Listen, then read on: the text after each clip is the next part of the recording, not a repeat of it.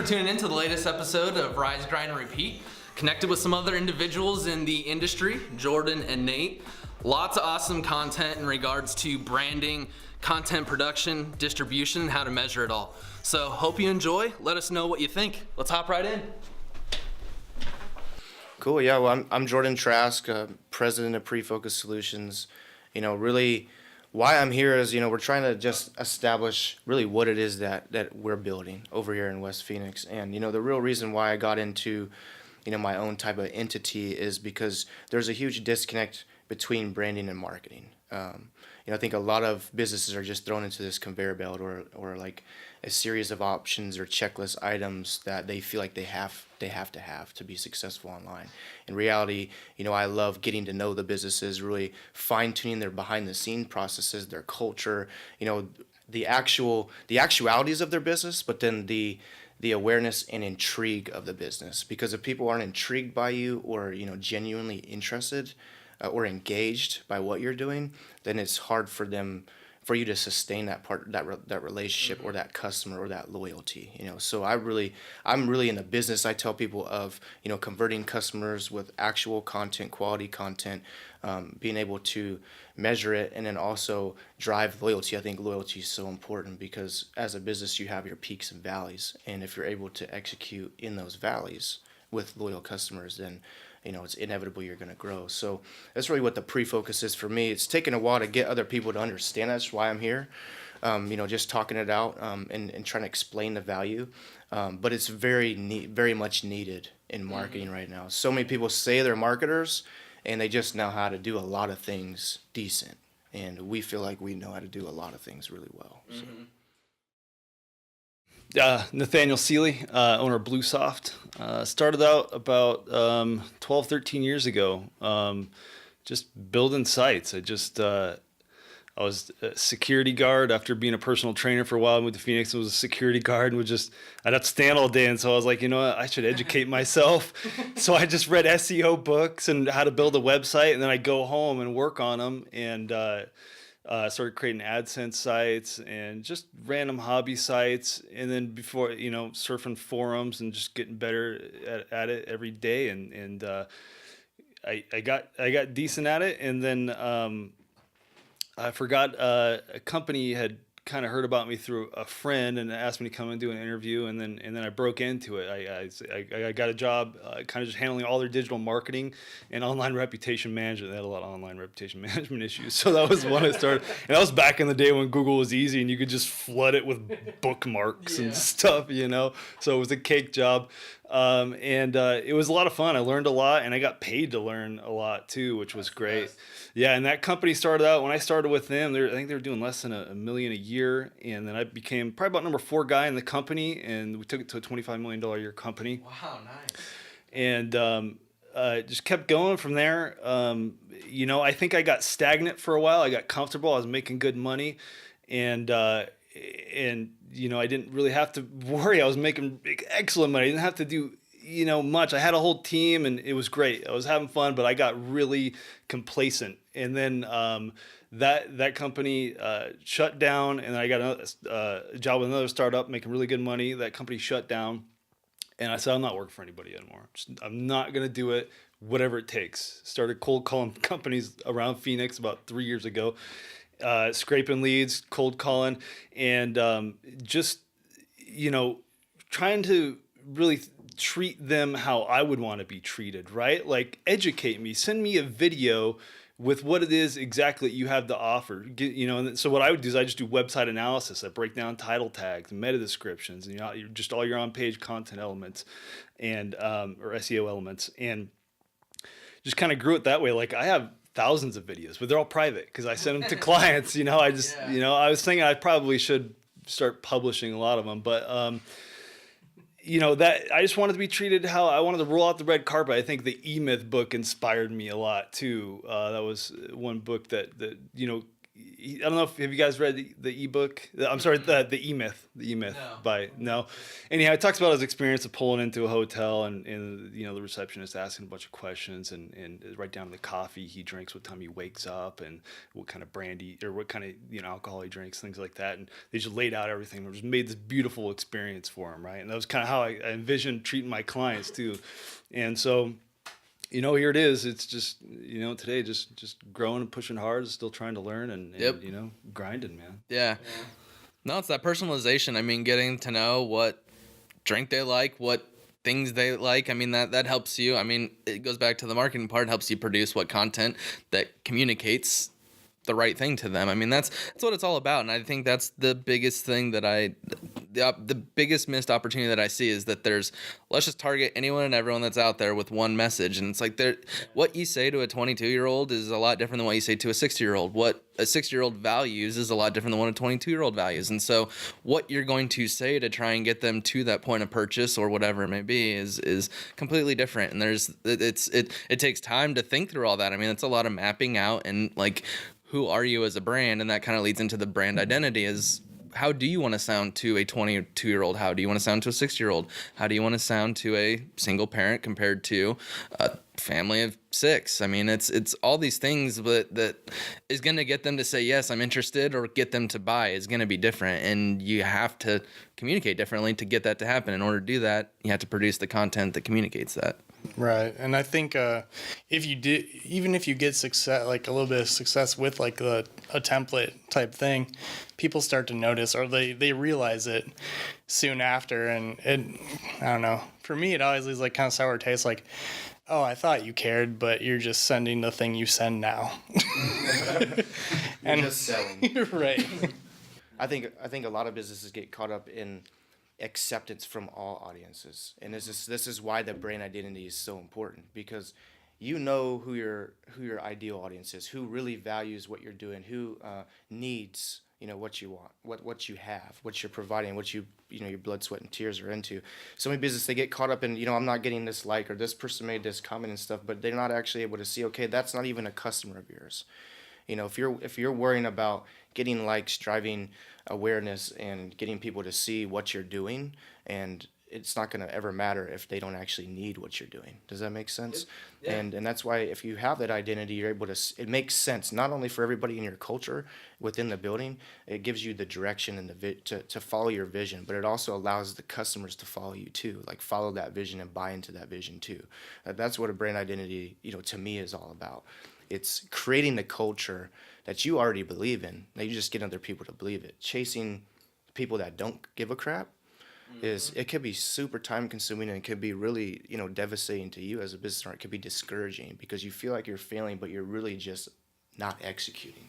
Yeah. Right. Is it ROI positive to chase that audience? I mean, if they're not going to buy, they're not going to buy. And I love that you said that, because it's, we actually did something on brand identity not too long ago. And it was whenever there's this whole thing that like, Victoria's Secret doesn't appeal or have anything to plus size women. And a lot of people were saying you should do that. And then I asked, like, what do you think? Do you think that they should? And like, my thought is no. I mean, they know their lane. They know who their audience is. I mean, whether you agree with it or you don't, they know their lane. Like, to force someone to go after an audience they might not like could bankrupt them, because there's a lot of art research and development. There's how are we going to communicate, and there's a lot of time it takes to do that. And so I love that you brought up you can't appease everyone, and that's to me what brand identity is. Every good business has a solution for a problem that gets solved.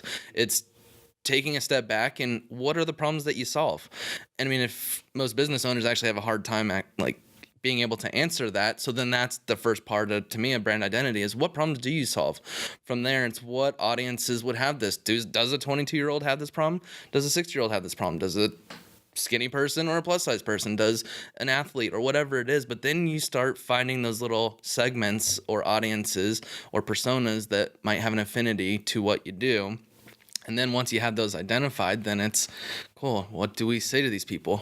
And so it's like what you're saying is totally in line. I love everything you're saying. Just you can't appease everyone, but it's being able to know that and then stick to your lane and try and find those people that do. Mm-hmm.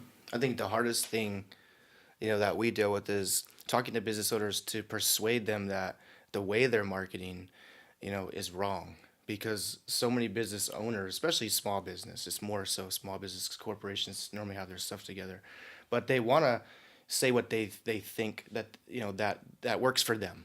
Like, this makes sense to me. I understand this. Well, yeah, it makes sense to you because you're a doctor. It makes sense to you because you're a lawyer.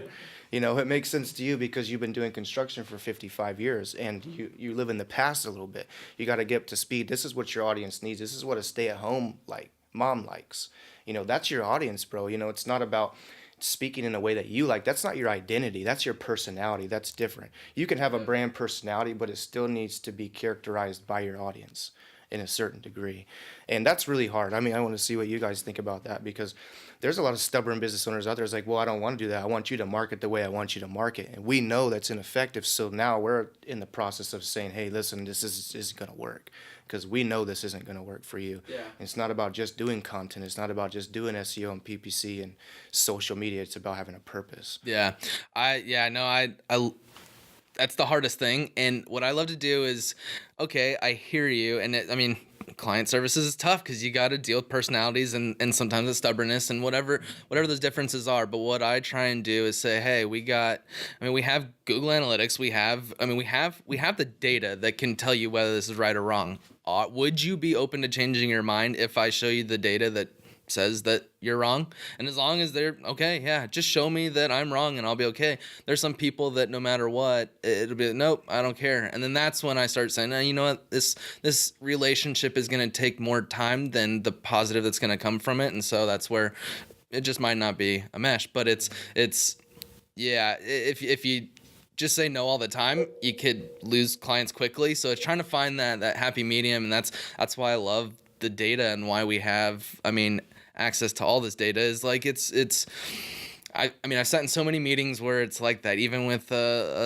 bigger corporations, it's like, I see the data and we should do that, but I like this better and it was my idea, so we should go this way. And it's like, that's not, at the end of the day, that doesn't lead to everyone going home happy in this relationship. And so it's trying to identify that so that it doesn't take more time in the long term, trying to keep morale up, or like anytime this meeting comes up, it's like, how can we find ways to not make it happen? Or, you know what I mean? And it goes back to the growing slowly and not just trying to take everyone's money and yeah, it's trying to identify that.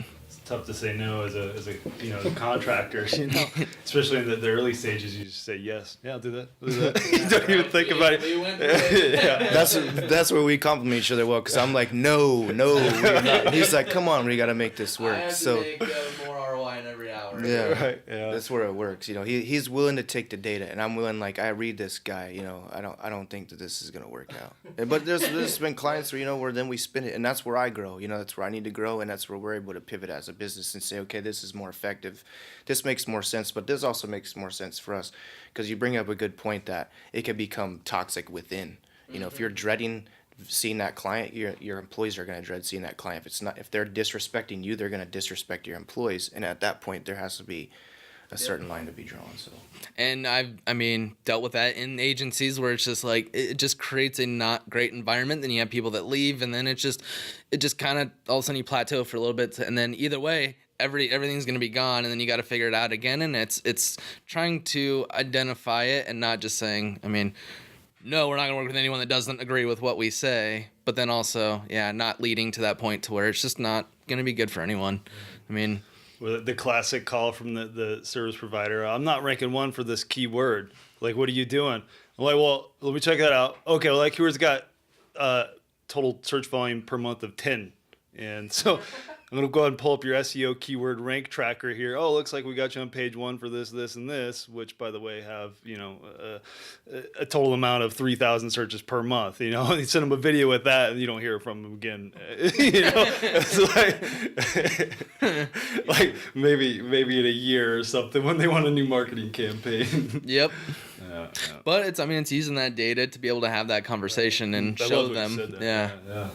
What do you guys use to, just provide that insight? Because it takes a lot to be able to persuade, especially somebody from old ways. to be able to understand, okay, I have to pivot a little bit here. I have to improve my business. And these guys actually genuinely care. Like, how do you share that? The podcast. Yeah. I mean, that's that to persuade someone, it takes a lot of time. It takes a lot of, okay, I see what you're saying. And to do that, it takes more than a cup of coffee or going out to dinner once a month or whatever it may be. And so if someone's not going to be sold, they're not going to be sold, and there's nothing that you can do or say. And so trying to get them, to me, isn't ROI positive. But the people that are on the fence, and that's where the podcast comes in, is like, all right, if you guys are putting it out there, I'll listen, and maybe they get 5, maybe it takes 20, maybe it takes 60 episodes. And if it takes 60 episodes, that's 60 hours of time that we didn't have to have trying to meet up and talk and da-da-da-da. So by using this, it's some of the key points or things that are said are, oh, I've been having questions about that, or, oh, how do you do that, or I didn't even know you could do that. And then once you get enough of those, then it's like, hey, can we have a cup of coffee, and then this hour is more, how can we work together and partner up to drive results, rather than, I'm not really sold on SEO, but tell me how you think you can help me. It's just, you can get business that way, but over the course of 10 hours, is that going to be the quickest way to get one client? Or can you do something like this where you talk about it anyways, put it out there, and then it just, it's taking less time to try and communicate, and then it just helps build awareness. So this is the biggest thing, and we're working on trying to promote it. I mean, we haven't put any ads or anything behind it. That's what we're working on as well, but this is going to be a big thing of that. Right. And so that's part of the Facebook targeting, is targeting older business owners and just saying, hey, it's something big, and basically trying to say, listen to our podcast, and identifying that hey, you might not believe in it now, but there's some things that might be said that get you to believe it. They'll see the competency there. I think that's the hardest thing, is like changing the behaviors. I mean, with any human being, is changing the behaviors. And I think, video is so powerful. I know we wanted to talk about quality content here today. So I mean, we do, you mentioned it too, is doing the videos, even like public videos are really, obviously it builds awareness and gets that education, but being able to send videos and explain stuff too, like on the fly, when you can't really get on the phone with the client and explain it, and it's really not in our best interest to get on the phone and explain to them, where you just need a one-sided communication. And that's something that Nate, I think, is brought to, what I do really well is, hey, no, that you're misunderstanding this. Here's the here's the actual flow. Here's the CRM. Here's the snag. Here's whatever the case may be that's hindering your understanding of this. And the clarity is good. They don't email back, and that's really powerful as a method of non-promotional content too, right? Yep. Right. Oh, that's huge. Definitely. And I feel like just having those videos shows, like, establishes trust even more, because, like, oh, these people know what they're doing. They're not, like, looking through a tutorial and trying to explain it to me. Like, they have this set up. They got the content. They sent it to me right away. Like, I think that's really powerful, too. In 5 minutes, you can, create a perfectly, formatted instructional video that's going to walk them through all their issues and send it to them with that human touch. Whereas email, totally, you can come off as snooty or something when, like, whoa, I had no, ill intentions behind this email. Let me go and just shoot you a video so you can, get my voice inflections and, see my personality behind it too. So, it's a great way, because, getting on a call, you got to think about it. Now you're taking up 2 people's time. You got to take, mine and his, and you got to coordinate it. And where if I just do the video, number one, it's going to be quicker, and you get to see, visually, and hear me, walk you through it. So love video. And plus too, getting on a call, I can sometimes then lead into like a stream of consciousness of questions where they're like, well, what about this? What about this? It's like, none of that really matters right now. We fixed your problem. And having if you are going to do a call, like having a meeting agenda that's very clear. Otherwise, you spending 90 minutes on the phone, it can be hard to get off the phone with some clients, especially, I always want to be super nice. I don't want to cut someone off too, I have a hard time with that. So. Well, I think a lot of times too, they want to do like 10 things, they're like, this is what I need to do, this is what I believe I need to do, et cetera, and it's like, well, we need to start here. That's what you just said. But wait a second, like, we're going to do this first, and then we can figure that out, because that's how you streamline the calls. That's what we're figuring out too. And that's how you educate, nurture, gain that trust too, because you're explaining, hey, I hear you, and I know you want to do this, and I really appreciate this idea, but at the end of the day, like, we need a CRM. At the end of the day, we need to fix the website navigation. We need to fix these blogs are plagiarized. Like we have a client right now who's wanting to send 10 Gs PPC and a $2,000 content strategy every month, and it's hard for us as professionals. Like, oh yes, we'll take this job, and we have the ability to manage it, but it's like you have to build that trust by being able to say no in a different way too, and say, okay, first, we need to get a CRM in place. Now we're doing training on CRM. We can still recoup that revenue and educate them in the process. And then we know when it comes time to do PPC, I'm going to sell them on 20,000, because now we're equipped to handle the leads through a CRM, and we have good landing pages on the site, and the site's revamped, the navigation makes sense. And they may balk at first, and some of those times you gotta let them go, because they're not going to see it. You got to let them fail. We got one client, I guess it's, what do you call it? Financial, we'll say financial client. And, they, dipped out for about 9 months, and now they're back, and they're really seeing the value, and they really want to know, and that's worth it too. Because otherwise we could have spent the last month chasing that, chasing revenue and set our business back. Yeah. No, I mean, it's, you could take the money and start doing that 10 grand a month PPC campaign and just say yes and not have to deal with the education process, because to educate takes time.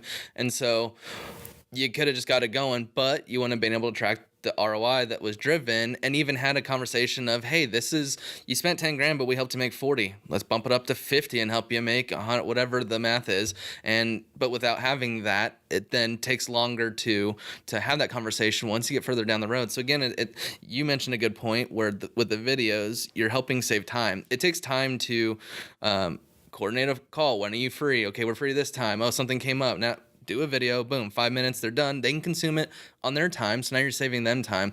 If there's one thing that human beings all have in common, it's they want more time back in their day. And so if you can help give someone more time, whether it be communicating in a slightly different way, I mean, there's no difference to me in a phone call, in a video, or whatever it may be, but yeah, the emails, like what we do, it's just, there's so many moving parts and so many things that are attached to each other that it's very easy to lose someone in an email on what's all going on. And so recording your screen, showing here, this is what's going on, and being able to explain that, you just took 5 minutes, what could have taken an hour and a half trying to do an email, and then the back and forth, and well, what does this mean, and da-da-da-da-da. And so, yeah, I mean, I'm all about trying to figure out how to save time, and that's like repurposing some content, saving time. That's the basis of everything. If you can save time, you can produce more, you can then do more and grow quicker. And that's finding a time and that right balance of perfection and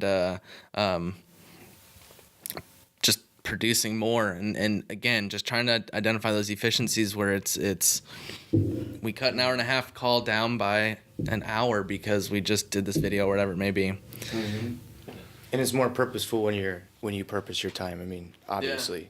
And I think a lot of times it's all about quality or quantity. And it's like, man, at some point you have to start focusing on the quality, and then the rest takes care of itself. Freeing up your time, focusing on the quality stuff and not just trying everything allows us to do stuff like this. This is where we're able to nurture and engage our potential client base.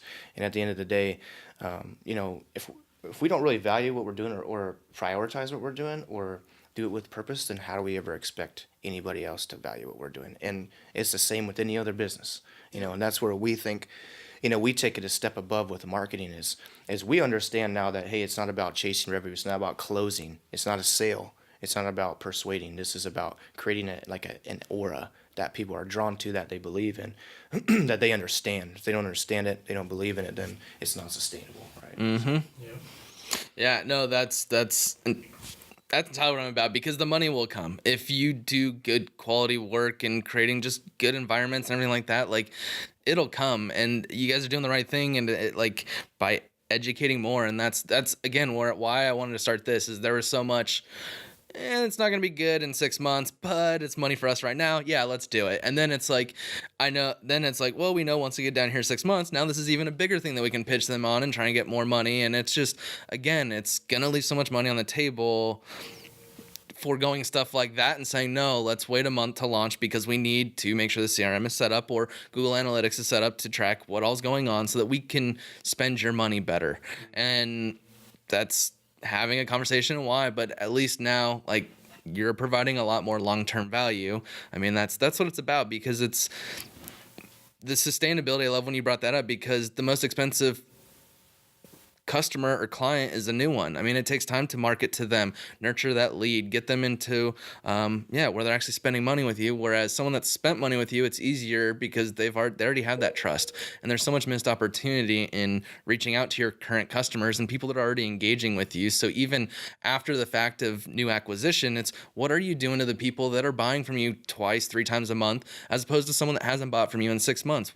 How are you communicating to those two different types of people? And that's the huge part that is completely missed, is but I mean, you can't do that if you don't have a CRM. And to your point, even big companies I've seen that have CRMs, it's like once you get in there, it's like, this doesn't even match what you're telling me your entire process is. Like, you're telling me that once it goes from here, that goes to here, but here it's showing so even you as a business, your process isn't mapped to what your data is telling you. So the data that you're using to make decisions isn't the right data, so you might be making the wrong decisions. And so that's where you draw the line. It's like, I'm not selling you on the CRM. I am trying to help your business. You know, this is messed up. This is causing you problems.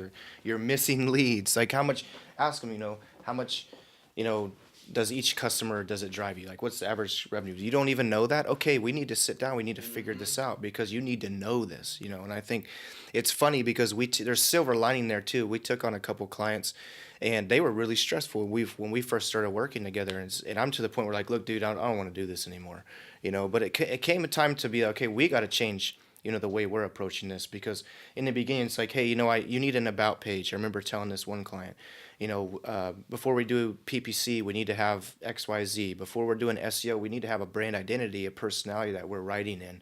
What are we linking to? What are our inspirations and all that stuff? And they didn't want to do it, and we took it, and then we didn't make a lot of money, but it was really stressful. Now they're understanding like where their holes were, and we didn't have to necessarily convict them over and over and over and keep selling them. We just did basically what they signed us to do. And we're like, hey, we had to stop caring for a second. Here's where the opportunity is. Now we're building an about page for them. We're redoing the site. They're at $60K spend on PPC. They can't, and we're driving them so much conversions that they had to stop, and they're having to hire a whole new staff and stuff. And so those are the stories where it's like, man, it's kind of like I told you so, and you want to rub it in their face, but that's where it comes down to professionalism and being able to say, hey, we had an action plan, and this was about you. This wasn't about me. Yeah. I don't know if you had anything to add about that, because that's really a lot of the CRM and conversion focus that, we brought to that client. Right. Yeah. I wanted to go back to, talking about, the best customer is one you already have. And like most businesses don't do email marketing even. It's like, that's like step one, well, maybe after your CRM, then step one. Gotta know who to email. Right. Start segmenting. But yeah, it is amazing that people just don't take care of the basics. But to kind of go into what Jordan was saying, when we took over that particular client, I mean, the website was a mess, and on the surface, a website can look decent, right? Mm-hmm. But then underneath, like, you're seeing that it's just loading all kinds of scripts. It's just really heavy, and and it hasn't been checked on a tablet and iPhone Plus and all the other size devices. So we do manual quality assurance, a lot of it, to make sure. It's time consuming. It's really hard to sell clients the value in that. But when you look at the data and you have a 90% bounce rate, if we could just lower that, to like say 40 or 50 at least, you're way better off, because you wouldn't even have to do any additional marketing. If you didn't have the budget for it, at least you're keeping a significant amount more traffic depending on your total volume. So just tightening up all those little pieces. There's 1,000 pieces that go into your website and your marketing and all that. So. I think that's a good point too, because they had their goals as far as sales revenue when we first took over, and I was pretty proud of that. We switched their perspective to, no, like, we want to decrease these bounce rates. You have 93% people coming to your site are leaving in 5 seconds, and we want to increase page views.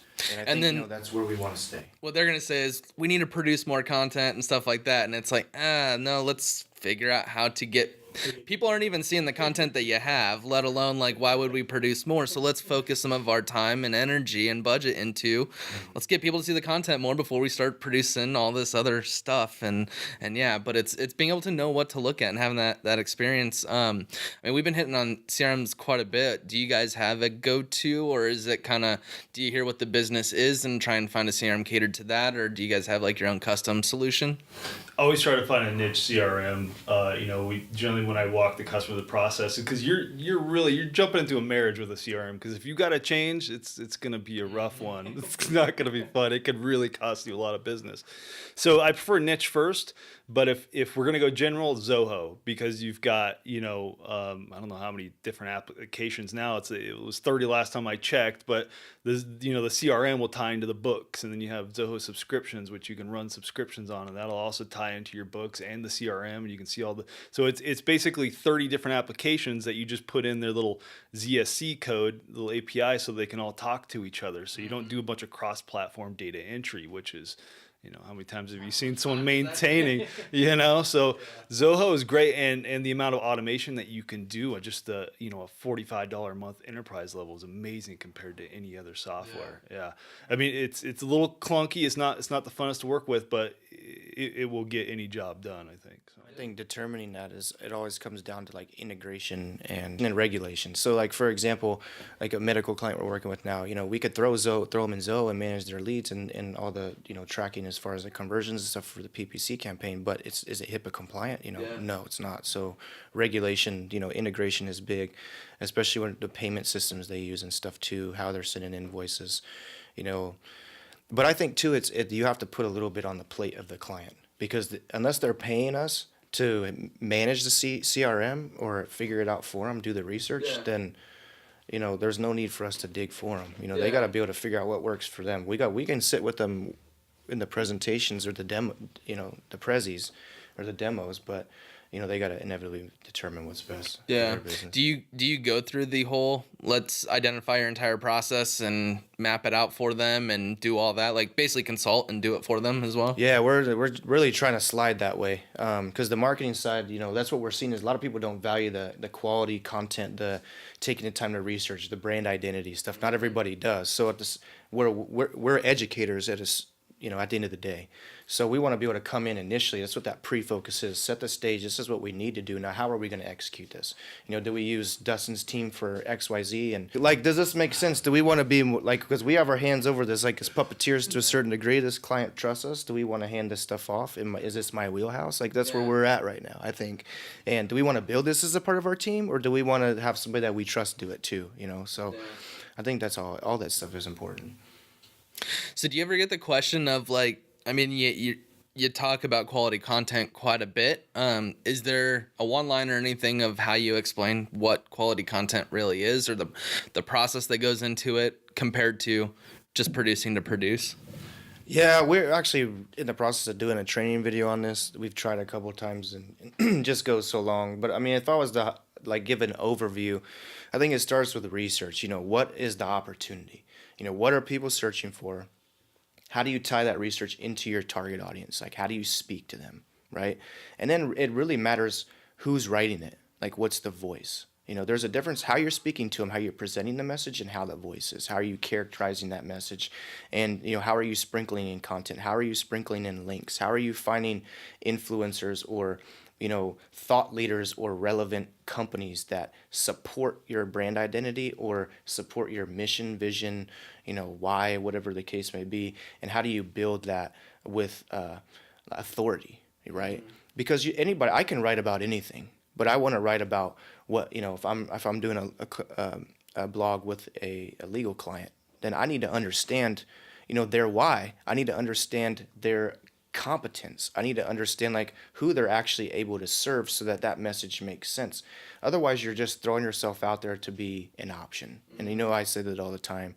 And quality content is a differentiator. It separates your business. It's not just about good writing. Yeah. It's about everything makes sense, and it ties in, to the lead gen. If it's not generating you leads, what the hell are you doing? Yep. Yeah, I try and equate it to like, I mean, have you ever been in a sales pitch or anything like that where someone's speaking at you rather than having a conversation? And that right there is just kind of like you can produce all these blogs and basically just speaking to the world, or you can identify who is this blog for, and it just takes more time to do that, and time is valuable and it's money, so it's to produce quality stuff, it's just a little more. But once you start seeing the differences between a how-to or whatever, and it's just speaking to everyone, as opposed to a brand new business owner versus a marketing director of a 500 plus person corporation, whatever it may be. But then once you start producing that content that actually starts holding a conversation rather than speaking at someone, that's where I try and I guess paint the picture. Because it all depends. Like, it goes back to the business owner wanting to say what they want to say and saying what the customer needs to hear. Like, I think of it like Christianity.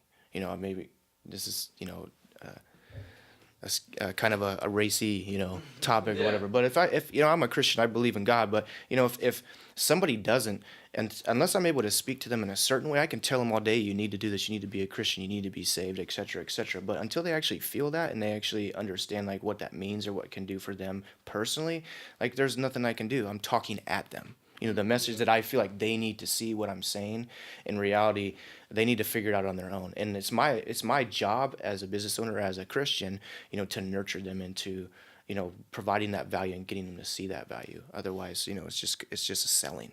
Yep. Yeah. Yep. And I never want to come off as selling. I want to help fix problems. That's essentially what I like. It's funny because it's even like, I mean, all this started as marketing, but as you get more into CRM and how these leads are doing, you start positioning yourself as a business consultant, because now it's like you're past the marketing part. Now it's maybe your sales reps aren't reaching out for 7 days, like, and the CRM is showing that, but now you're helping with like business operations and do you guys kind of see yourself going that way? I mean, as well? Definitely. Yeah. I think that's really where the wheelhouse is, and it comes down to a confidence thing. You know, if you can come in and say, "Hey, I want to do this," or you can come in and say, I can do this. You know, and that's where we've taken the big step with us. Is now, how do we still build out BlueSoft? Is what we want to be, the web development company, and you know, websites building and social media, and how do we find the people to manage that are good quality people that believe in, you know, the quality content definition. Yep. But at the end of the day, you know, where our value is, where our passion is really helping you fix the errors. Yeah. You know? Identifying where the holes are. Because, I mean, a lot of times you don't know what you don't know. And when you get caught up in running a business in the day-to-day, you're not looking at all the time, are my sales reps reaching out? What types of conversations are they having? Like, I mean, there's ones where you can record the conversation and stuff like that. And it's even like, here they were clearly asking for the sale, and the sales rep just kind of blew over it, and then like there's missed opportunity, and helping identify where the missed opportunity is, and then bring a solution that can fill that gap. And it's funny because I mean, as we're doing more of the analytics and all that, it's where the conversation starts to lead. But I mean, we've been saying it more. I'm like, it seems like we're started as a marketing company, but it's leading more towards like just a business consulting type of thing, because that's, like I said, that's past the marketing point now. That's how are you as an organization using process to convert more leads? I think that's like a big error that I made in the beginning. Is I was part of 3 startups. You know, one was an agency, one was like a flat structure advertising, and then one was a medical startup. Straight up startup, like gutted, terrible, everything. I ended up getting canned, you know, with a bunch of other people after I built the whole brand, you know, and so it was like kind of devastating for me. But you know, I was motivated to say, hey, I need to fix this problem. Like, these people, they don't understand that it's not about just having a plan. It's about having a thought out plan and having a brand and being able to have something that people can buy into. But I also didn't realize that it's bigger than me just telling people this is what you need to do or this is what you're screwing up. Like, I got to prove myself. I got to come in. I got to have some people knock it out of the park. I got to have people have results based on what I'm saying in order to be able to say I can come in as a consultant. I think a lot of people, they get into consulting or business coaching and all this stuff thinking that it's a sale. Yep. It's not a sale. You got to be consistent, like with what we're doing and with the message and pursuing it and learning and growing and being vulnerable and failing and, you know, throwing stuff on the wall like you're doing and seeing if it sticks. But being able to prove that you're committed, you know, constancy, you know, constantly being consistent. You know, that's one of my words. And it's just like once they see that, then you can start talking to him about consulting. But for me, I try to put the buggy before the horse. I needed Nate. I needed other partners. I needed, to improve equipment, improve my functionality in order to be able to prove and also set a foundation for my family for income. Yeah. Because I can go and say, hey, it's 10 grand, and I can close one every 6 months. That's not sustainable, right? Just go right back to it. So I had to look at myself in the mirror, just the same way I'm looking at business owners, and that was huge. It's humbling, but it's something I don't have a problem sharing, because that's what I need business owners to do too. If we're gonna work with them, they need to be able to have a little humility and be able to take a step back and say, okay, these guys have the best interests in my business. They have a great team. And they're not going to just try a bunch of crap. They're going to do what works, and they got the data to back it up. And that's where using the data to help identify where the opportunity is. It's at that point you're not selling. You're just here's what you could do. This is how it could do better. No one likes to be sold. No one ever wants to be sold. That feels like you got me. And so it's like, but that's to your point. That's where a lot of people go is sell. And that's where even in marketing, there's so much opportunity. Too many people are selling and not branding or driving value even with their marketing. But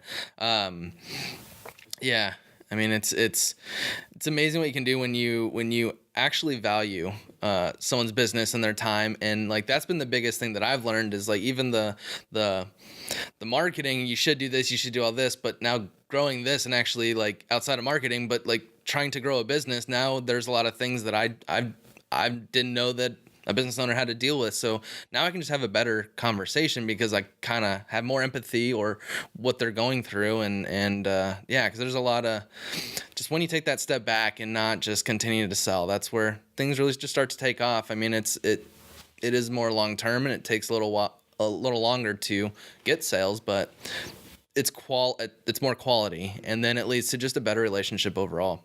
Yeah, you think of a client, say I'm buying a car, and I go in, I look at this car, the outside looks amazing and everything, but the engine's all jacked up. We want to be, this is just maybe a different approach we took. We want to have the engine, we want to have the seats, the interior all looking good, and then we focus on the body. I think so many people in marketing, they throw rims on the car, they throw the big tires, they throw the nice paint job and the tint and the sound system, and it looks good. It sounds good. It feels good when you sit in it, but as far as how that stuff drives, it just ain't working. Yep. Just ain't working. And that's where, we want to come in, and we may not have everything together on the front end, how it looks and how, who people might think we are. Yep. But that's up to us to fix it up over time, but it's not an imperative in my opinion. So yeah, no, I'm 100% in that. Too much sizzle. Everyone loves the sizzle, and it's I don't know, my dad, he used to go to the drag strip here, and he had a 69 Boss 302, but it was on the outside all beat up, horrible, but man, he put a ton of time and money into making the thing fast, and he would always get laughs whenever they get up to the line, but he'd smoke everyone, and I think that's more powerful than being flashy and having a lot of sizzle. It goes to, sure, I can sell you, but I'm not going to be able to execute on what I'm selling you, and that's where I think there's a lot of... I think that's a lot, so we've talked to agencies, a lot of bigger ones, where they want the money right away because it's almost like they know you're not going to be long term.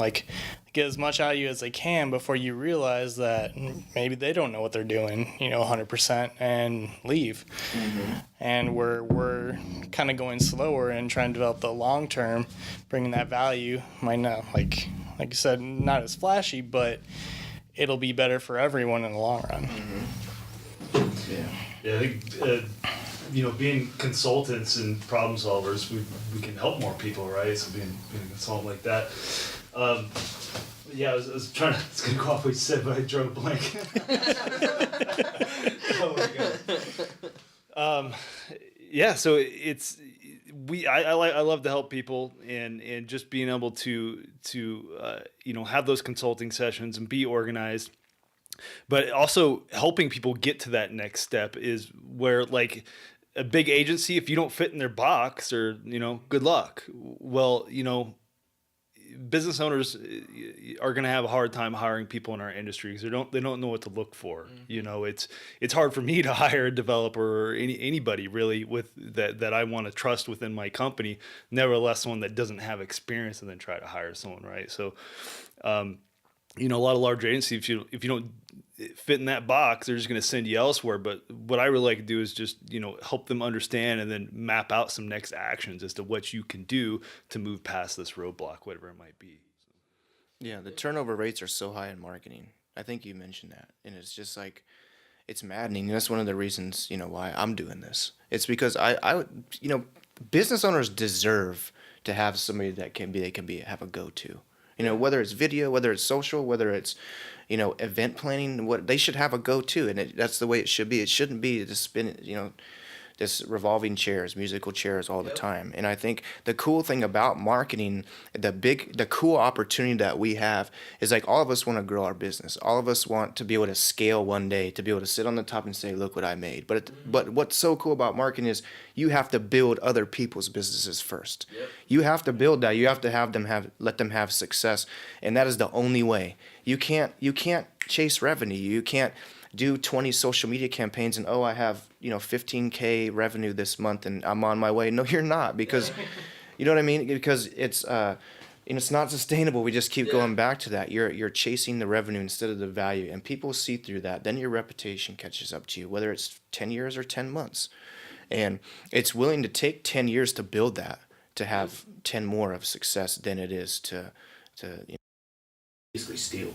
Yeah, I mean, going back to where I said, I've seen agencies where they go, yes, let's run with it, knowing that in 6-10 months, whatever, there's going to be a bigger problem that they're then going to create a proposal and make more money off of, knowing, like, to me, that's not right. And I'm going to go to this route and say, hey, you need to do this before we even get here. Over the course of 12 months, compare me to these people, we're going to make a lot less. But because this company didn't help them identify this earlier on, they may only last as a client for 12 months. Because I help them, they see the value, and also we have a 5-year relationship. And I'm all about long lifetime value of something. I would rather make less money in one individual transaction, but have a lot more transactions over a lifetime, because we've built trust. And we're not trying to make money that first month, knowing that, whenever you hear agencies, they say it like, oh yeah, the turnover rate is huge, even from internally, like employees, but even clients, like every year just chasing a new client, and it's expensive. I was talking with someone and they're like, talking about one client they pitched, they didn't even win, but ended up spending like $70,000 by the time airfare and time taken out of the office and pitch decks and all that stuff. And it's like, that's too expensive. Like that it's not sustainable, where it's like, I can maybe make a little bit less, but now I have something for 5 years, 10 years, a partnership with someone, and it's growing slower, but you're going to sustain a lot longer and build. You have a lot higher chance of scaling that way than constantly trying to make a quick buck up front. Yeah, you make it, but then you're constantly chasing your tail. And it's that's just methodology. We're here for a long time. Why not try and create that partnership? Like, I don't need that extra 10K or whatever it is. Like today, sure, it would be nice. There's a lot I could do with $10,000, but I'd rather maybe make 1,000, knowing that over the next couple of years, there's going to be 100,000 made. And it's like trying to delay that happiness, knowing that you're doing the right thing, which is going to lead to ultimate happiness. And it's a very hard thing to do, because us as humans, we want the best for ourselves. That's, who wouldn't want the best for yourself? And a lot of people think money is what drives success, and that's the indication of success. And so if that's what indicates success, I want to show everyone I'm successful, so yes, I'm going to take this deal. If it means saying no to this and I don't have that money, then it might show that I can't grow as quick and I'm not as successful. And I don't know. It's just that's a mentality thing, or a mental thing. Like, that's just a different way of thinking. And I think I attributed that to playing sports growing up, that you're not going to throw 100 miles an hour just by going out and trying to do something quick. It's going to take going out to the field every day. It's going to take conditioning. It's a long-term process. And if you're in it for the long run, you're here to build something. Like, do it right. Yeah, it's the investment. It's the grind, right? It's the grind. And it's not going back to, this is what I have to accomplish. Most cases, the people you're talking about, that they don't see this, or they don't appreciate this, or I'm not getting the likes. Dude, social media is devastating, in my opinion, especially for new businesses. The only people following you are your family and friends. They are never going to be your customers. Yeah. They will never be your customers. The people in your neighborhood, the people down the street, the people you work out with, they don't, like, who cares? You're so worried about them liking it and sharing it. They see you. believe it. They see you, and they're jealous, and they want to pick you apart, and they want to find things that you're gonna fail. But it's the consistency, it's the grind. That's why, I love how you got that set up. It's an investment. Like you are committed, and all of us, we had something that happened to a certain where we reached the edge where it's like, okay, this is what I'm gonna do. It wasn't just some idea where, hey, I want to do this or I think I can do this. This is like, no, I can do this, and this is what I know I need to do, and that's why it goes back to that engine. You got to build that engine. You got to build the competence. You got to understand your strengths, and then you got to build people around you that can complement those, and also plug the holes with your weaknesses. And so many times, we just get caught up in what isn't important. Yeah. So it can be discouraging. I think playing the long game too. It's you get awesome referrals. I mean, how easy is it to close a referral that you've knocked out of the park for a client? Most of my big clients are referrals. I didn't have to do much for them. So besides just over deliver for my clients. Like people find you. You don't have to like beg them. You don't have to sell them. If you keep doing it, they'll find. I was gonna say that kind of goes back to what you were saying earlier too. Like you create that kind of like aura around you. Aura. Yeah. You like that? I love that word. You create that, and it's almost like a flies to the bug zapper. It'll just come toward you. Yeah, it is. People want to be part of that. Yeah. But what you just said, I mean, when you get a referral, all you did is good work. It didn't take anything financially other than doing something good. So going back to I will forego this $10,000, $20,000, $30,000. Going back to this agency spent $50,000, $60,000 trying to pitch someone. Like by foregoing that, you didn't really forego it. Now you just built a better relationship, which now they might bring 4 people that bring in $200,000, $300,000, which is way more than if you would have taken that $10,000, $20,000. Like it's amazing that it's just mentality and how people think. It's amazing like how many people chase that short-term success, short-term money, and if you do it right, those referrals will come, and just even with your paid stuff, what you're doing, it's just people will see it and okay, I see what they're doing, my friend likes them or whatever it may be. But yeah, it's amazing that people choose the short term much more than, I mean, the short term is fun.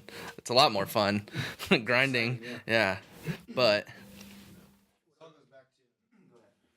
I was to say, I've seen a lot of guys that want to start a digital agency just come to the market and just start saying yes to everything, and then just blow themselves up. Like I've had guys come into networking meetings that I'm in, like networking groups that I'm in, just overpromise and all this stuff, and before I know it, like everybody in the group just doesn't like them, and they're like, "I'm paying them $1,500 a month," and they're mad. They're like, "Oh my god!" Asking you to help. Yeah, I'm like, "Well, I don't know what to do for you, man." So yeah, that short game can also creep up on you in a number of ways too. It's like what you mentioned, like conversion cycle misunderstood in some of the notes that you sent.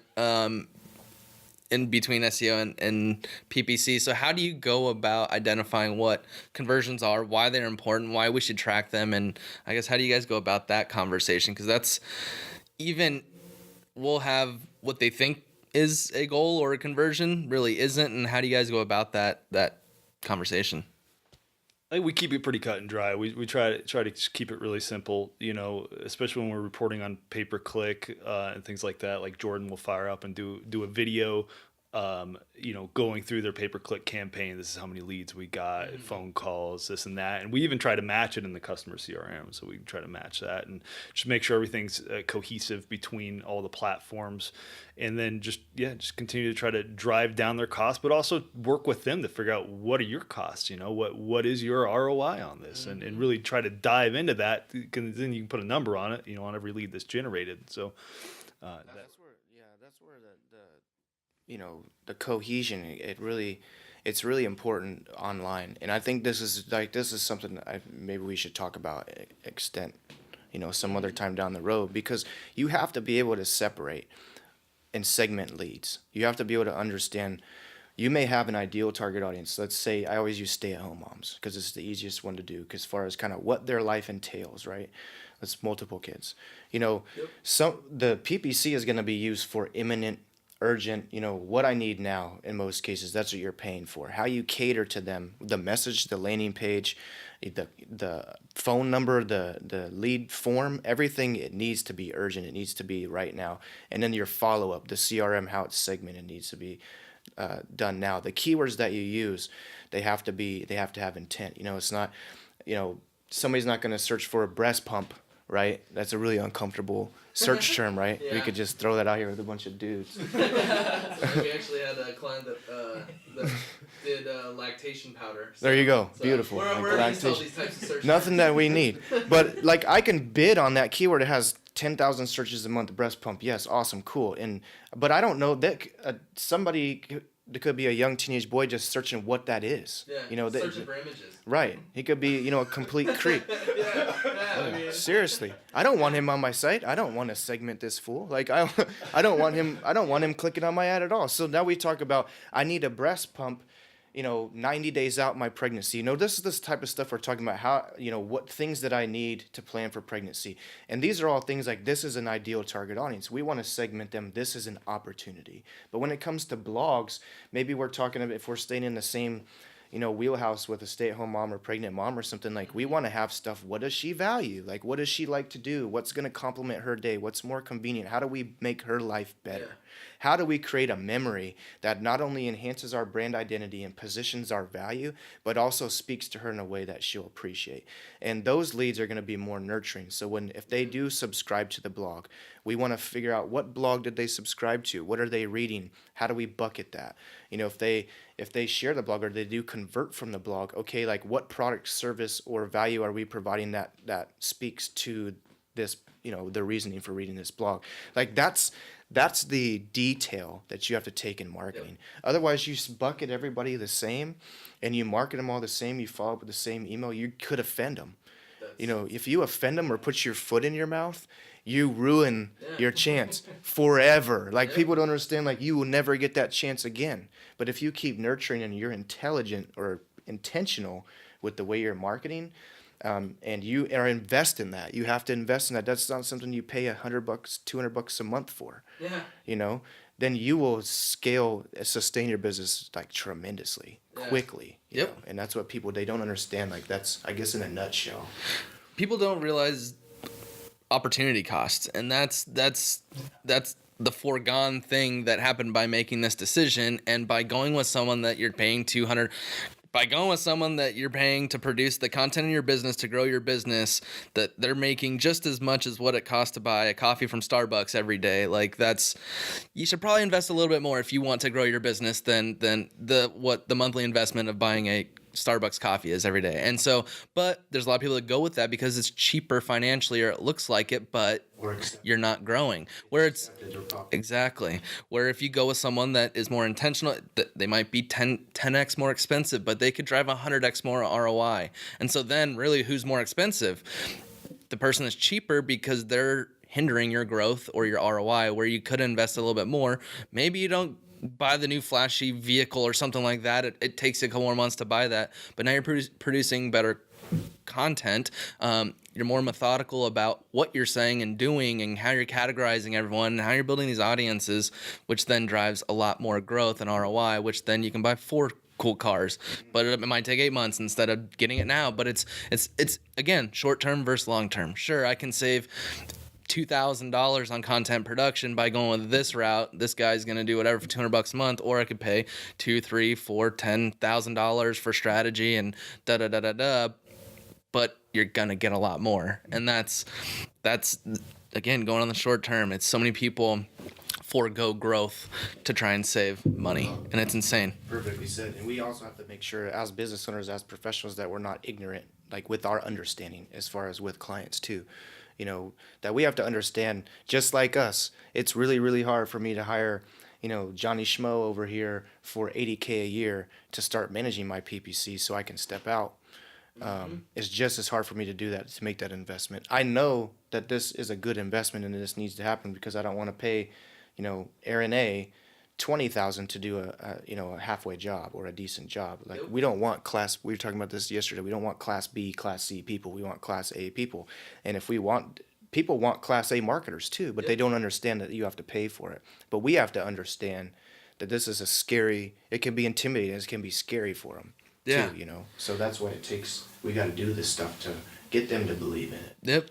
No, I mean, you hit the nail on the head by if you go with hiring someone a little bit cheaper, then they don't execute as well, or there are things that get missed, which then pulls you into having to communicate, why did this happen? How can we create process? And that takes time from you, which could be used to sell. So who knows? Maybe there's something that happened that pulled you away from a sell that could have been a $100,000 a year client because you tried to save $10,000-$15,000 a year by paying someone a little bit less, and it's an investment. It's building. Like I don't understand how so many people, and plus it's all write-offs. Like that's the thing I don't understand. It's like, why not make the investment? Because now you can just like, not only are you getting better quality people, but now you just cut your revenue down, and now you have to pay less tax. Like it's insane to me how many people just don't invest. Like it is insane to me. And like even whenever it goes to what you're investing in, that's what I love is like, all right, if you have this much money, like what are you gonna do with it? Is it putting it all into PPC? Is it maybe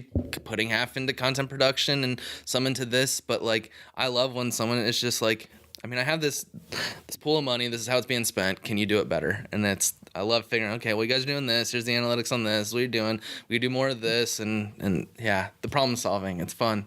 The worst is you have somebody, it's like paying $2,500 a month on a publication and they have no insight, right? Yeah. That's the worst because you can't really persuade them because they're like, well, I got business, so this must be working. In reality, it could just be word of mouth from their reputation. Yeah. So it's how do you guys pitch somebody that's doing something?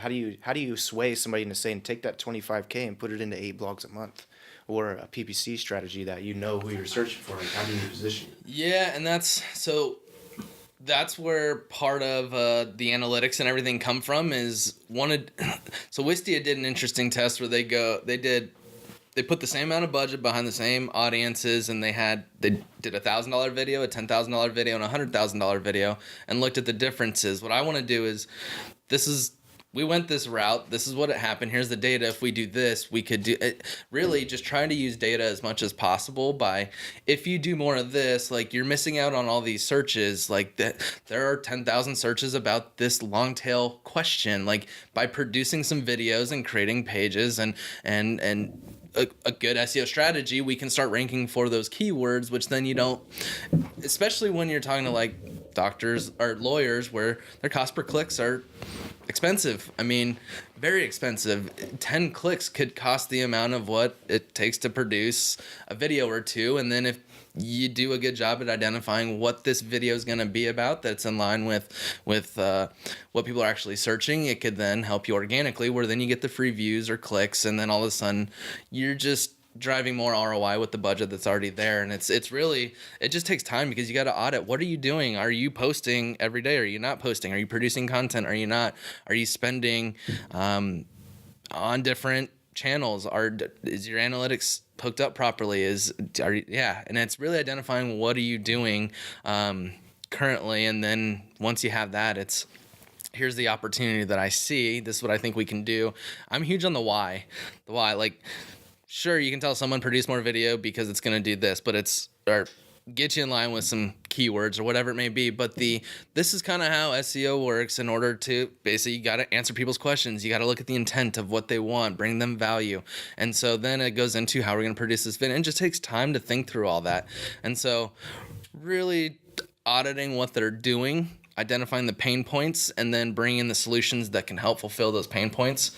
And then kind of going with that approach. I think even, part of that too is kind of just saying before, just educating them a little bit, because even so they may be in a publication or have something going that, they don't have any analytics because there really isn't much, and letting them know that, or if they have some digital but they don't tell them any analytics, like just let them know like what they can look for, how they can improve it themselves, and building that trust so that when it does click that, oh, they're not really doing much for me, they can come back and have that conversation with you later without you having to chase them down. Yeah, when we talk to clients, it's never really about, and I think this is a huge misconception too, it's never really about persuading that, hey, you need to do this. It's about asking the right questions. You know, Mm-hmm. it's about, like, I love discovering businesses. Me I too. love discovering, like, you know, why did you start? Like, what's your story? You know, like why are you doing this? Like, what happened? You know, what people want to know that. You know, I think probably each of us have a really cool story that I know I'm not sharing enough. But at the end of the day, you know, getting to know that, getting to build that relationship and understanding, like, hey, I really value this because you got to get me to buy in if you want. I'm your Yeah. marketer. If you want us to put position Yeah. stuff that's going to get other people to buy in, and, you know, asking the right questions, you know, like what are you doing? I was saying yesterday we have a mastermind group. Is like I want to be able to look at people and respectfully and have them respect me for asking, but like, what are you doing? Like, what are you Yeah. doing today? What are you doing to grow your business today? Like, I want to challenge people that are paying me to improve their business. I want to be able to question that. But then I also want to be able to say, like, you know, why are you doing that? Like, what are you actually doing with this publication? Like, let me just tell you from my perspective, my experience, like, I know this stuff is super vague, and I know it's really expensive because they know they can't explain the return. Yep. That it's more of an exclusive, you're being exclusively included Yeah. in this publication. You're a part of something, you're not actually prominent. And, you know, being able to you have to be confident because they have to, and it's hard to get to that point because you don't want to be arrogant. Yeah. You don't want to be disrespectful. Yeah. But you have to get to a point too, like you're saying, where you're building that trust in whatever ways that you know you need to do. It's worth it, because then it comes to a point where, okay, you know, I see what Jordan's saying, or I see what Nate or anybody else is saying, and you know, I can appreciate that, because at some point in time you're gonna have to have those conversations. Yeah. Where you're able to challenge them a little bit, and that's what they need. You know, otherwise somebody else will come in. Yeah, I think Jordan hit it on the head there with holding them accountable. And what's cool is when you set up like a front-facing project manager for the client, you put those due dates on there, and they keep missing those over and over, and you got to keep reminding them. You know, it really sets the stage for, hey, you know, we're holding our end of the deal, but we need you to hold your end of the deal here, because there's a lot of things that you can do on your side as well. And putting them on that schedule and holding them to that schedule, then those results with consistency, things that take consistency like SEO, you know, holding that content publishing schedule and adhering to it is really key to their success. So yeah, I love setting due dates for clients and holding them accountable too. Yep. You know? This is what I need from you. Like, I need this from you. It's not like a task. Like, we're not the boss here. We're not saying, hey, you know, you're working for us. But at the end of the day, like, you know, you want us to give you what you need. Yeah. And we need to know you're the expert. You're the best, you know, person for us to talk to you about this stuff, and we need your commitment. If you can't commit, if you're not committed to deadlines, you're not committed to paying on time, you're not committed to, you know, making these changes, then it's going to be a rocky road. But I'm here to encourage you and help continue to remind you and pursue you that, because I'm passionate about helping your business grow. You're saying you want to grow, but your actions aren't leading to that. You're confusing me here. Yeah, and no, you said a good thing. Like going back to like how do we show these types of things, and it's getting the why, going back to the why are you doing why did you start this? And I mean, how often do you find that like people have a hard time even answering that? Yeah, a lot. And I had something early on. I'll give him a plug. Jack Heald, he owns Culture Brand. He does events and stuff to just kind of help you bring that out. Because if you don't, he takes a psychological approach, and I love psychology. So I think it's important in marketing, psycho marketing, we'll call it. And he just asked me, he's like, well, why do you start Prefocus? And we did it's called Jordan and Jack's branded tracks, if you guys YouTube it. But, you know, he really challenged me. He really asked the questions. But the first time I think we did a live cast, he was just like, you know, well, why? And I was like, well, I started because of this. He's like, well, why? I'm like, well, because, you know, I had this. He's like, well, why? And he literally asked me like 10 times, and he gave me a compliment, because he's like, you know, that's the furthest somebody's ever got with the whys. You know, normally it's after 2 or 3, and you kept going. He's like, oh, kudos. And I'm like, man, you made me really uncomfortable.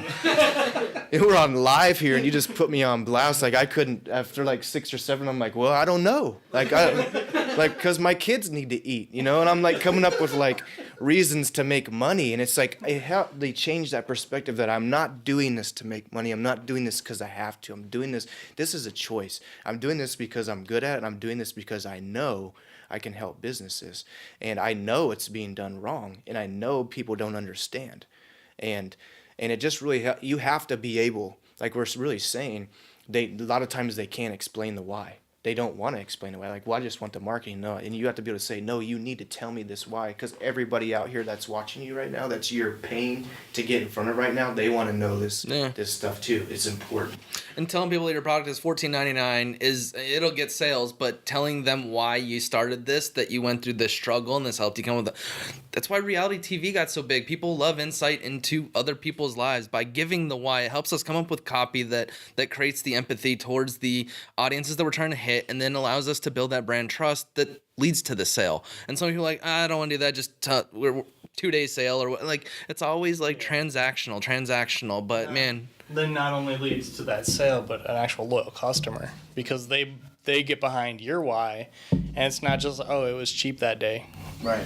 Yeah. It's a brand understanding. Your marketer or your marketing team needs that brand understanding. Yeah. It's not about, oh, I can do PPC real well the way I do it. Because the way I do PPC for my business isn't going to work for Joe Schmo. It's not. Yeah. It's ignorant for me to think that way. And they need to know, like, I'm being vulnerable and admitting that. I need to have brand understanding. But what you investing in educating me on brand understanding and pouring into us being able to market effectively is giving consumers or the general public brand understanding. And when they have brand understanding, when they need you or when they want something relating to what you do, you will come to mind. That's that aura, because there's a complete understanding, there's clarity there, there's value seen. And I think, like, that's what I love about marketing. And it's really frustrating because you're up against 90% of people don't understand. They don't want to understand. They just want to make money. Yeah. They just want to run their business. They're more worried about getting products in the store. They're more worried about maybe hiring somebody, like a couple clients we're doing now, because they're scrambling. Like, they just want us to do our thing. But we have to let them know, like, we need you. We need you to do. We need each other to grow. Like, again, going back to that, if we don't know who you are as a brand or why you're better than everyone else, we can't communicate that in the ad copy. We can't. Right. I mean, that's what there's it boils no, like, down to. magical formula we can just put in for everyone, you know. Yeah. It's not, hey, call it out. No, we don't want to do that. Like, it'll work. Like, let's be real. Like, you'll get some leads. Something, yeah. But like, I don't want to pay $100 a lead. I want to pay $10 a lead. Yeah. You should too. Exactly. That's you just said it very well, because that's how I equate it to, is like, yes, we can go out and say, hey, everyone, buy from me. Sure, some will stumble in and we'll get sales, but if you had a way to identify people that are actually in market searching for this, and then basically you're automating your sales communication. Like, if you know someone needs something and what they value, it's very easy to communicate that and turn that into a this is how we can help you with that problem. And then, but if you're not taking the time to identify what that problem is and just saying, hey, buy from me, you're missing on that. And like, right. that's what drives sales. It's not the buy from me, but how are you going to bring value to me? And you have to have a conversation to communicate that, not the good old, I'm a doctor, I'm a chiropractor, call me to set up an appointment. Okay, why should I call you? Like, do you cater to older people, or like, what is your process, or what do you do that's different that will make me happier, or what are those value points? And yeah, if you as a brand can't even identify that, then it's just going to be hard to get to that scaling part where everyone wants to do is scale. Such a popular term, but you can't get. I mean, it's very hard to get there if you can't communicate what you're doing as a company to help solve problems. Which in essence is traction. If you have no traction, how do you scale? How do you scale traction? Like, intelligently. Like, we have, and this isn't a blast because, you know, I working out of a workspace, Adobe, you know, it's just kind of that scale process, like, kind of for me being kind of smart about what the stepping stones that we take. And, you know, it's a workspace, but the vision of the owner is, it's amazing. Like, it's exactly what I want to eventually have as an office, which is why I'm investing in it. It may not be perfect now, but the way she's marketing is workspace. Here's price. I'm going to position price and availability, and here's Jordan, and here's somebody else, and these people are doing it, and you should be like Joe. You know, it's just like, what's you have like those memes all the time, like, you should be like Joe. Joe does this, and Joe blah blah blah. Like, that's like, you'll get some people to stumble in, but unless you're able to show she has a collaborative workspace, unless you're able to show collaboration, like us sitting here having a mastermind, let us have our mastermind there. Let us host a podcast there. Let us show collaboration, growth. And your ability to, there's a value in this workspace. Otherwise, they're going to go to Revis, or they're going to go somewhere that's the price point. And they're not going to go to a small business because they want the high top dollar. They want to look good. But you got to get people in the door that value that, and you got to get people that, business owners that are looking for ways to scale like me. They're going to come in that are able to collaborate with other people and fill my holes, whether it's admin, whether it's writing, whether it's taxes, accounting stuff. I want to be able to have those people that I'm not necessarily holding accountable the business, the center is. Yeah. That's extremely valuable for me because I don't have to manage it. It takes time out of your day that can go out, do what is more ROI positive to you. Yeah. So she's trying to fish in the same fishing hole with the same bait as everybody else, but she has when they get the fish in the boat, like it's such a better time in the boat for the fish. Like they got, ice and, or they don't put them they don't put them in ice, they're putting them in actually water that's distilled water, Yep. You get to swim a little bit in there before they die, I don't know. It's just there's immense value. There's improved value there, and she's not offering it. And I realized for the longest time neither was I. And I think a lot of people, even when marketing, you need to have feedback, you need to have that collaboration, that honesty, right? And be willing to be vulnerable and say, okay, I'm doing this wrong. And be able to say, I need to do it this way. And that's where, we're learning how to be able to educate in that sense, because selling, they need to understand. They need to understand our brand, right? So I think that's business, is just making those mistakes and just keep going, really. And delegating so you can open up more time. I hired a VA a couple months ago, and that's been awesome. That's been you mean accounting's done already? I was dreading it, all day, because it's so. But I mean, that's another thing, is even just identifying what your weaknesses are. So you dread it all day. That takes up mental capacity to think about things that could help produce more, or give you more time to think about the things that you love that actually generate business and revenue and all that. And so being able to quickly try and hire for all those, get the accounting. That's one thing that I just got someone to help me with in the last couple of months, and man, already it's just a weight lifted off. But I mean, it's a bunch of things. The next one is going to be account management. It's it's tough to do things like this whenever you're the one leading the conversation, and it's client services, things come up, and it's, hey, we need this in an hour.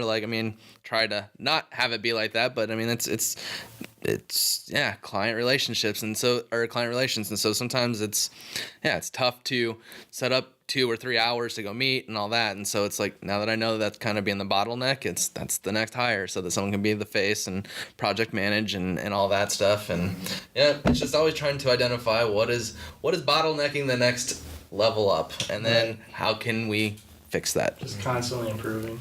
Yeah. And it just goes back to too, I know I need an accountant, but I just don't want to pay for an accountant. That's the same way businesses are.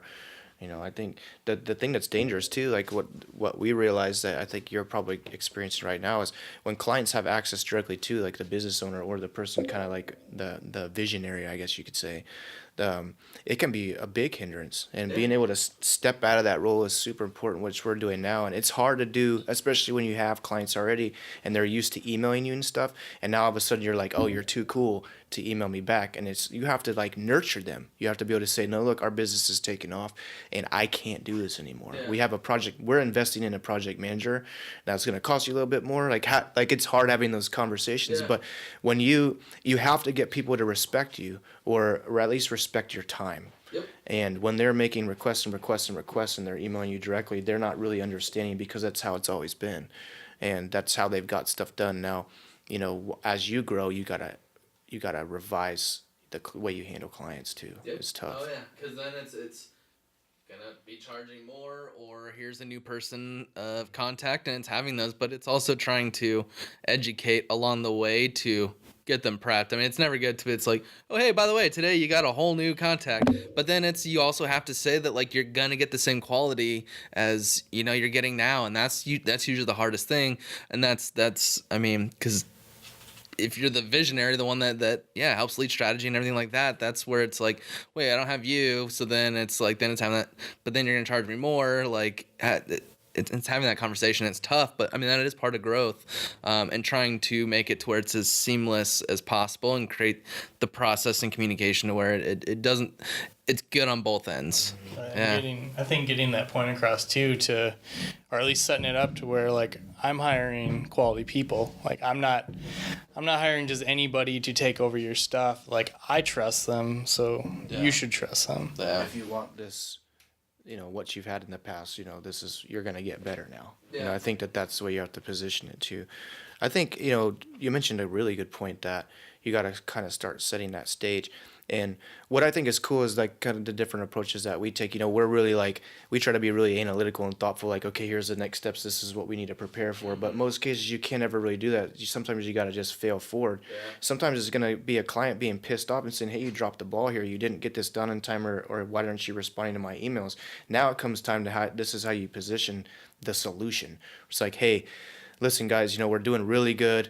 Results are there. I'm so sorry that we're not able to keep up. But as a business now, we're really growing. And I just want to let you know we got stuff in place. We're in the process of hiring. We're really overwhelmed right now, but we're grinding. We're invested in making this work. And moving forward, you can expect this to happen. And it's going to be an option to you. But this relationship, the way it's been in the past, we have to change because it just doesn't make sense for our business. And obviously, since we failed here, own it, right? Yeah. Since we failed here, we have to do something about this for you. And then that should allow them to sit back kind of like, oh, you know what? I like this guy. He's hiring people just for me. In reality, we're hiring him for, It's everyone, but I mean, it is for you and you and you. Like, and you. I mean, yeah. But yeah, I mean, when you can own up to it, I mean, there's a lot of, Gary Vee mentions it a lot, where if you take accountability of everything, it's amazing how quickly, things just happen, because then there's no wasted time on trying to point the finger or anything like that. Just own everything. Yeah. And you know what?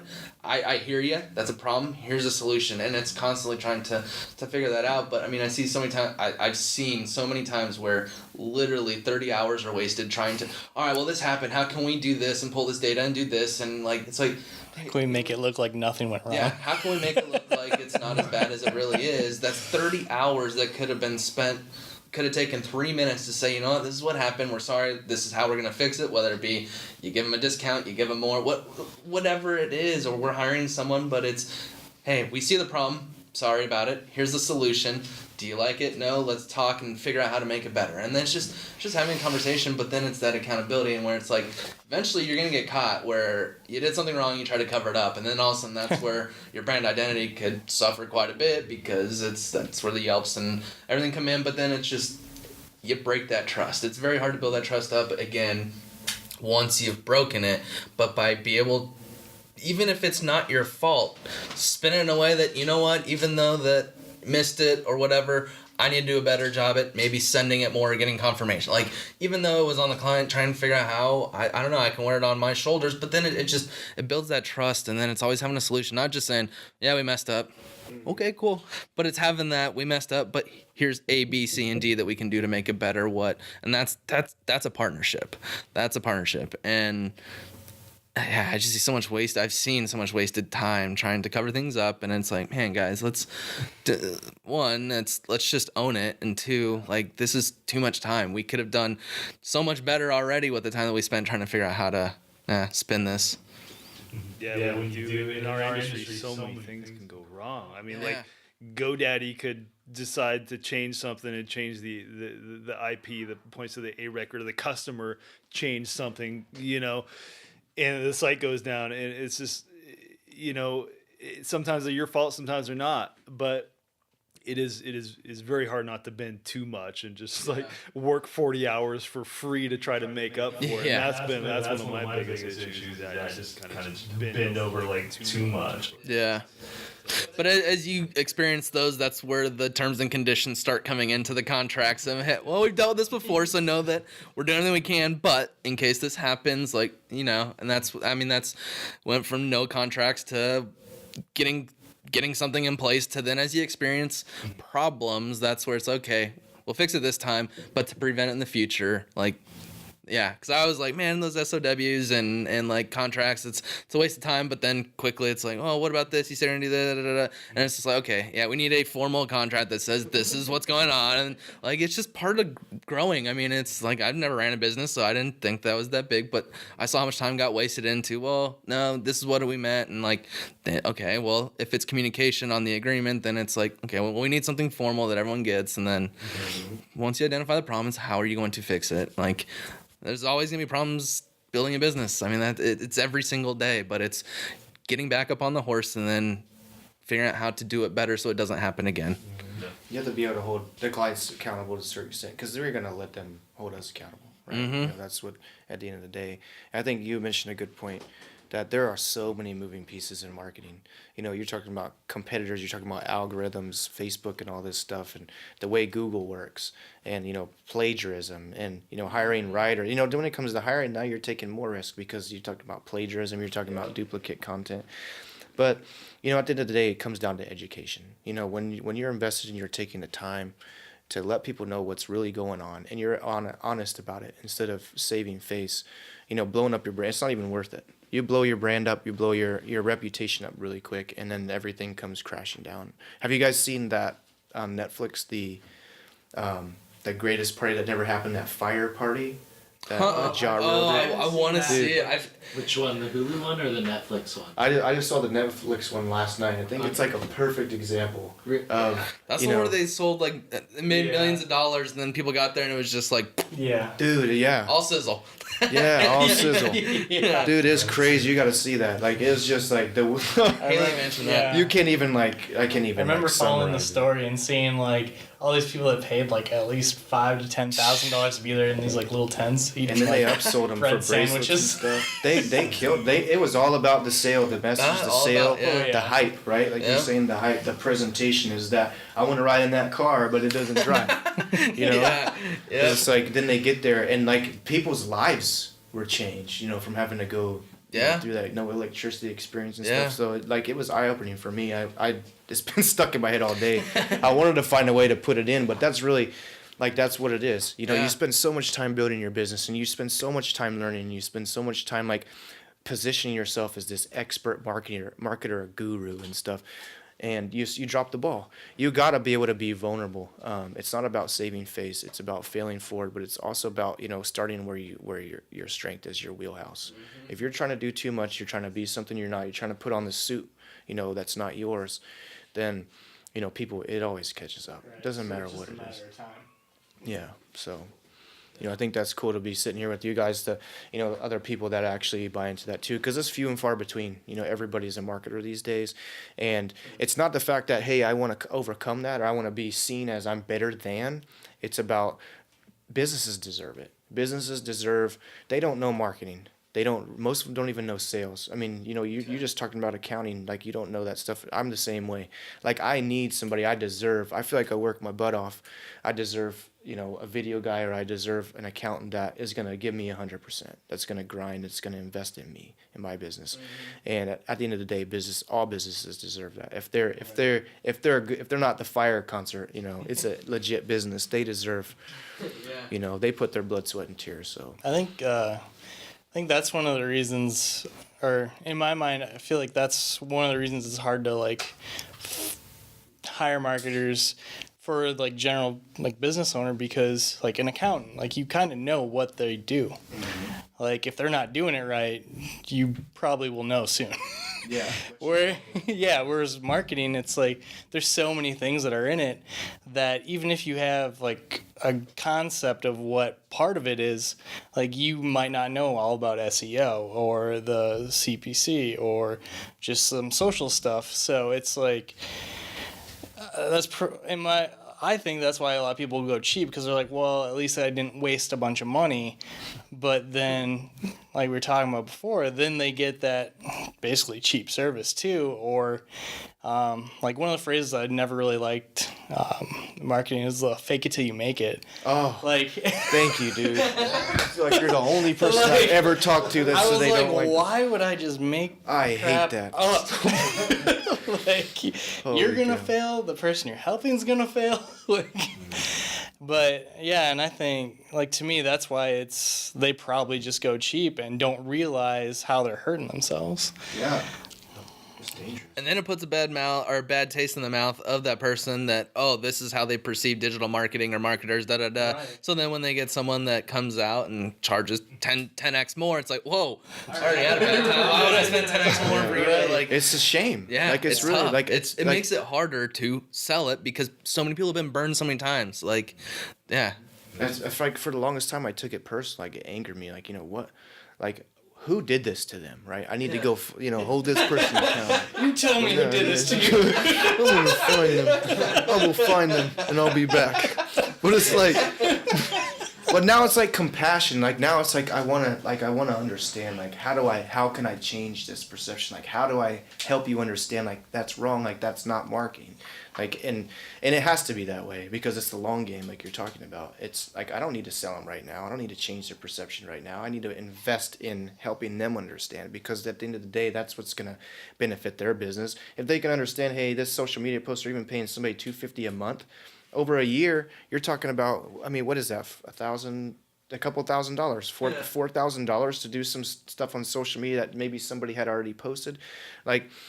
You can use the $4,000 to redo your website and get you some landing pages or put a CRM. Like that's what you need right now. But people just, it just drives me crazy. So I'm over the days of being mad. I want to help people pre-focus. Like I want to help you, like genuinely. So. Just makes for happier days. Yeah, for everybody. Yeah. So you guys had a hard stop at 12, right? Yeah. What time we got? Oh yeah. 57. Beautiful. Look at that. I like how your time works. Anything else you want to throw in? We missed. No, I was just gonna say, recruiting, man. I've been just developing my process for recruiting, just making sure, cut out as much guessing as possible with recruiting on the person. Like even hiring a bookkeeper, like we got a lot of transactions going through, and like the way merchant services batches stuff, they just make it so confusing. But even with my virtual assistant and the account, I for the first few months, I just do screen shares. Like, all right, we're working in real time. Let's do this. I'm going to help you overcome every problem they run into. Record it, make them document it as well, step by step. I'm paying you for this. I'm going to record it. I'm going to send it to you afterwards. I want you to document every step so that, if it doesn't work out, it's a little easier on the next run. I think it's a good, quality stuff. People define quality as like it looks good, feels good, looks strong and stuff. Like quality is all about it differs, and I think you have to take a qualitative approach to every part of the business. When it's hiring, just do it. Like put in the work, use the best processes, ask more questions, continue to ask, continue to pry, don't assume, and really invest, time in doing it the right way. That's what quality is. It's not necessarily, you should be able to identify everything that you're doing. Like what are the qualitative traits? And how do we make sure we execute on these? Because otherwise you're just going to keep spinning your wheels, right? Yep. And hiring is a huge one we're realizing now. So that's another topic, I guess. Mm-hmm. Hire slow, fire fast. What they say, right? Fire sale. Cool, man. Well, thanks for having us on, guys. This is fun. No, thanks for coming in and making the drive. Real quick, though, tell everyone where they can find you guys, websites, all that stuff. Just kind of give yourselves a shout out. All right. Well, I'm, Jordan Trask. Twitter is Jordan T. Trask. I'm not really on there a lot. Instagram is my jam, at the Prefocus. We're really building up BlueSoft right now as a development solution. So. My email, info@prefocus.solutions. A lot of people, they can never find me. They follow me, but they never find me because they think it's a .solutions.com. So I need to educate you. You can't do two dots unless it's a subdomain. I'm working on revamping everything, doing, better website and all that, but, one step at a time. Everyone laughs because, our domain is eic.agency. Yeah. And I was like, so eic.agency.com? No, just eic.agency. Like that's. I thought it was smart at first. Like I don't get tons of emails because people do prefocussolutions.com, and I'm just like, So, but it's it's what I get. Nathaniel Seeley, BlueSoft, phone number 602-888-9218, BlueSoftWebsites.com, and their social media channels are on there, and reach out. Love to talk and help out. You go to like GoDaddy or something and get one of those. I've been have- looking into it. I have a Google number. Oh yeah. Okay. Because my number's a 317 number, but I'm just Well, I just do it because everybody call me 623-282. there it is. We got blowing it up out yet? of him. We got it out of him. If you call right now. Cool. No, I appreciate you guys making coming out, and I know it's not the easiest drive from the west side, but I would love to, as I'm trying to figure out how to free up some of my time, I'd love to see if come to one of those mastermind classes or whatever, if the invitation is open or. Absolutely. Yeah, that'd be fun. Yeah, I mean, yeah, any way we can grow. You know, I think that's what we're trying to focus on is free up our time too. Yeah. So eventually, you told me what 5 months ago, eventually our paths will cross. Yep. Yeah. They Was do. it 5 months ago? About. Probably. Yeah. And now that you said that, I do remember that. I think it was a good 4 months ago. Yeah. You asked, you inquired, and I've inquired, and it was just you were kind of like, well, it didn't work. So it's like, well, we'll figure out sometime. So it's Eventually perfect it'll time. happen. It's. Yeah. I'm patient. That's. Quality. What's the word?